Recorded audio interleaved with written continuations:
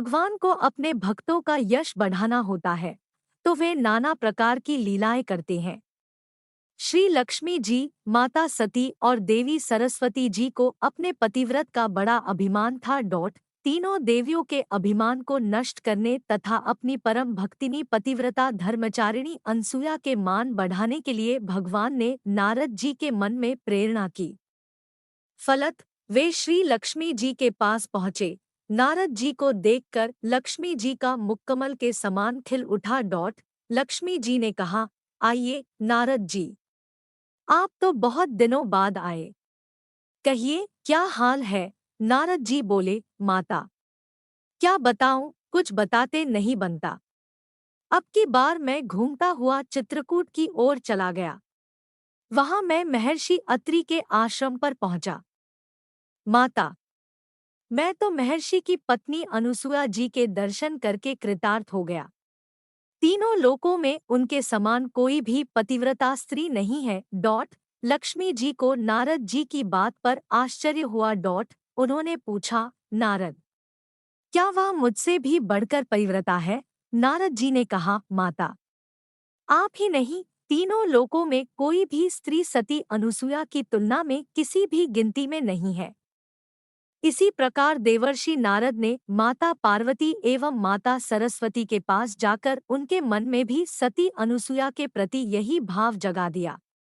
अंत में तीनों देवियों ने त्रिदेवों से हट करके उन्हें सती अनुसुया के सतीत्व की परीक्षा लेने के लिए आग्रह किया। ब्रह्मा, विष्णु तथा महेश महर्षि अत्रि के आश्रम पर पहुँचे। तीनों देव मुनि वेश में थे। उस समय महर्षि अत्रि अपने आश्रम में नहीं थे। अतिथि के रूप में आए हुए त्रिदेवों का सती अनुसुया ने स्वागत सत्कार करना चाहा, किंतु त्रिदेवों ने उसे अस्वीकार कर दिया। त्रिदेव बन गए शिशु। सती अनुसुया ने उनसे पूछा, मुनियों, मुझसे कौन सा ऐसा अपराध हो गया जो आप लोग मेरे द्वारा की हुई पूजा को ग्रहण नहीं कर रहे हैं? मुनियों ने कहा, देवी, यदि आप बिना वस्त्र के हमारा आतिथ्य करें तो हम आपके यहाँ भिक्षा ग्रहण करेंगे। यह सुनकर सती अनुसुया सोच में पड़ गई। उन्होंने ध्यान लगाकर देखा तो सारा रहस्य उनकी समझ में आ गया। वे बोली, मैं आप लोगों का विवस्त्र होकर आतिथ्य करूंगी। यदि मैं सच्ची पतिव्रता हूँ और मैंने कभी भी कामभाव से किसी परपुरुष का चिंतन नहीं किया हो तो आप तीनों 6 माह के बच्चे बन जाए। पतिव्रता माता अनसुया का इतना कहना था कि त्रिदेव 6 माह के बच्चे बन गए। माता अनुसुया ने विवस्त्र होकर उन्हें अपना स्तनपान कराया और उन्हें पालने में खेलने के लिए डाल दिया। इस प्रकार त्रिदेव माता अनुसुया के वात्सल्य प्रेम के बंदी बन गए। उधर जब तीनों देवियों ने देखा कि हमारे पति तो आए ही नहीं तो वे चिंतित हो गई। अंततः तीनों देवियां अपने पतियों का पता लगाने के लिए चित्रकूट गई। संयोग से वहीं नारद जी से उनकी भेंट हो गई।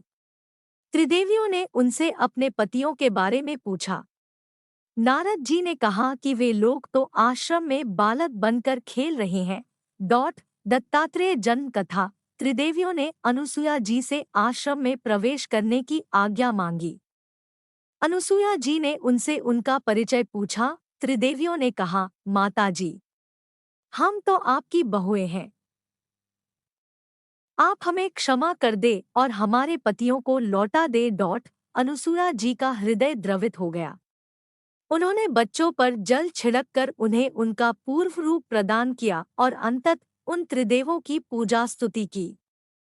त्रिदेवों ने प्रसन्न होकर अपने अपने अंशों से अनुसुया के यहाँ पुत्र रूप में प्रकट होने का वरदान दिया। इस प्रकार त्रिदेवों के अंश के रूप में दत्तात्रेय का जन्म हुआ।